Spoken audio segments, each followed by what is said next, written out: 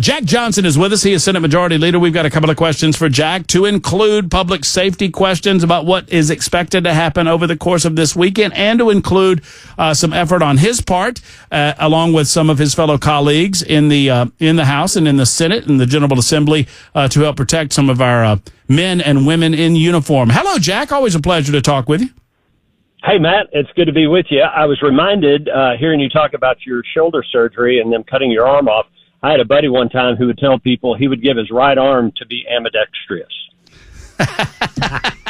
That's pretty good. That's pretty good. I like that. Hopefully that won't be an issue with you. Well, let's hope so. And I asked the doctor today, I said, Dr. Hageman, he's a great guy, and he's got a good sense of humor about all of this. I said, so let's talk about worst case scenario.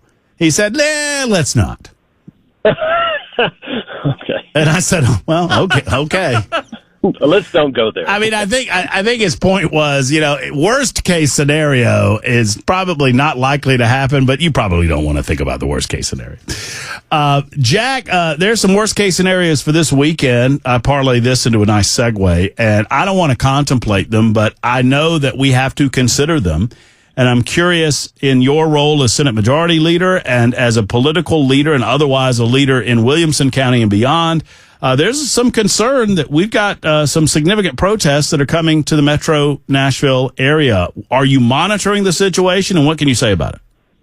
We are, and the good news is, obviously, our incredible folks at the Department of Homeland Security, Tennessee Department of Safety, Highway Patrol, TBI, they are obviously monitoring all of that. I'm sure the Metro Police are doing the same. And look, we all celebrate the First Amendment. People have a right to express their First Amendment, thoughts and have their voice heard. But that's one thing. But crossing that line into lawlessness, as we've been seeing in California and other places, that's a totally different thing. So my message to anyone who cares to hear it is, exercise your First Amendment right. But the First Amendment does not authorize you to destroy property, to assault police officers, or any of that type of thing. And as Kristi Noem said, I heard Ken's news clip, I think the same thing applies here. If you do that, you'll be arrested, you'll be prosecuted to the fullest extent of the law. I hesitate to ask this next question because I think I know the answer, but I got to ask it anyway. To your knowledge, has there been any coordination or communication between the Metro Nashville Police Department and other agencies like Homeland Security or Tennessee Highway Patrol or other organized law enforcement that could assist? I mean, I assume that some of that's going on, but I'm also told that Mayor Freddie O'Connell's on vacation. So, I mean, I don't know where that coordination would happen necessarily. Are you hearing anything along these lines? I haven't heard specifically, but like you, Matt, I would hope so. Metro Police, obviously, keeping the streets of Nashville safe. And I would hope that the Department of Homeland Security would be in coordination with Metro Police. I don't know that, I can't confirm nor deny that has happened, but I certainly hope that it has. Senator Jack Johnson with us for a few moments, talking about the possibility of protest this weekend, protest being one thing, civil disobedience being another thing, and violence and rioting being yet a third thing. And we'll cross our fingers and prepare just in case things get out of hand. We hope that it doesn't, but we prepare if it does. You had a reaction along with some of your colleagues in the General Assembly, Jack, regarding an unfortunate situation, what the mayor of Nashville referred to as a mistake, although we don't really have any additional information as to how this happened. But there was a doxing of Immigration and Customs Enforcement agents in the aftermath of the joint effort on the part of the Tennessee Highway Patrol and ICE that we've covered plenty here on Super Talk 99.7 WTN. But some of these names were put on a Metro government website, and Mayor O'Connell says it was a mistake, but he really hasn't clarified how exactly it happened or what measures have been taken to prevent a future mistake. But you guys in the General Assembly have decided to take a form of action. Talk to me about it. We have, Matt, and I was very disappointed to hear that the names, the identities of brave men and women who are doing their job by apprehending violent people who are in our country illegally. And we've talked about that. You've got people with outstanding felony warrants, people accused of murder, sexual assault, all kinds of horrible violent crimes. And a very successful joint operation between ICE and the Tennessee Highway Patrol resulted in numerous of those, I guess dozens, being taken off the streets. You'd think we would celebrate that.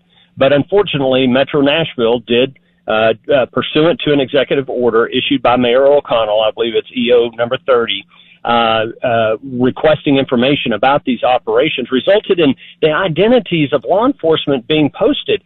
That can result in all kinds of horrible things, like their families being threatened, their lives being threatened, and it's just not something we should stand for. So I've introduced legislation along with Speaker Sexton, who I know you had on the show earlier, to make that a felony. If you expose the identities or compromise operational details of these law enforcement activities, we should all celebrate that they're doing it. And I've said that numerous times, even on your show, that we like the fact that ICE is coming in and that they're going to be doing these operations, getting these people off of our streets and out of our communities. Law enforcement celebrates that because it makes their jobs easier. It makes us all safer. And so to do something that could result in possible harm or intimidation or threats of violence against these law enforcement officers, we can't stand for that. And the last thing I'll say, Matt, this is building on some things we did back during special session, by creating the Central Immigration Enforcement Office, by encouraging our law enforcement agencies to sign up for 287G. We want to send the exact opposite message that's being sent from Florida by their elected officials. We like the fact that ICE is coming in and doing their job, and we want them to keep doing it. If I understand this correctly, so it is specific to the public posting of information like names and any other identifying information, right? So the intentional public posting of this type of information. Do I have that correctly? It is, and in fact, if you want, I've got it right in front of me, Matt. I'll read straight from the bill. It says, notwithstanding any law to the contrary, each state governmental entity and official shall maintain the following information relative to the operational enforcement of federal and state immigration laws as confidential, and such information is not subject to public inspection. And that includes the name, contact information, address, and other personal identifying information of these law enforcement officers. So that information should be held public, or rather should be held confidential and not be made public. Arguably, it already is, but we wanted to send a clear message that we will not tolerate doing anything that threatens these brave law enforcement. Well, and the reason I ask, and I'm not against the legislation, I'm just trying to figure this out in my mind as we talk, because if I'm on the ground and I have a law enforcement officer come to my house, right? If I'm at my house and they knock on the door and they tell me they're from ICE, and I say, okay, I need your like badge number and your name, right? Does this legislation give them the ability to tell me no? No. That's covered by other laws. Certainly, you have a right to know, and it's pretty common about people asking their officer's name. Because I want to make sure that they're really a police officer. Are they really an official? Absolutely. Yeah, sure. Absolutely. And also, Matt, this legislation wouldn't apply to a random citizen. This is targeted at elected officials in local government or other local agency heads, department heads that would otherwise have access to this information. Got it. You and I are not going to know the names and identities of immigration officers that are exercising, some type of operation. But people in local government, they may know, and they may get access to that information. So it's targeted at those folks. I find it interesting too, and I appreciate the clarification there, Jack, and it calms me down. Because obviously if someone pulls me over, I don't, that's a different dynamic. A citizen should know and have certain identifiable information so that they can move forward in, defending themselves in a court of law or whatever it might be. This is a different situation. And Freddie claimed that this was a mistake. I should say, keep it formal. Mayor O'Connell claimed that this was a mistake, but he's been less than forthcoming about how these mistakes were made. Are you offering in this legislation any wiggle room for the possibility of mistakes, or are you just kind of laying down the law that this is wrong and we're not going to put up with it in Tennessee? Well, like any law we pass, no, there's very little wiggle room. And one thing I'll say as well that, and I will accept Mayor O'Connell at his word. They did remove the personal identifying information from the website.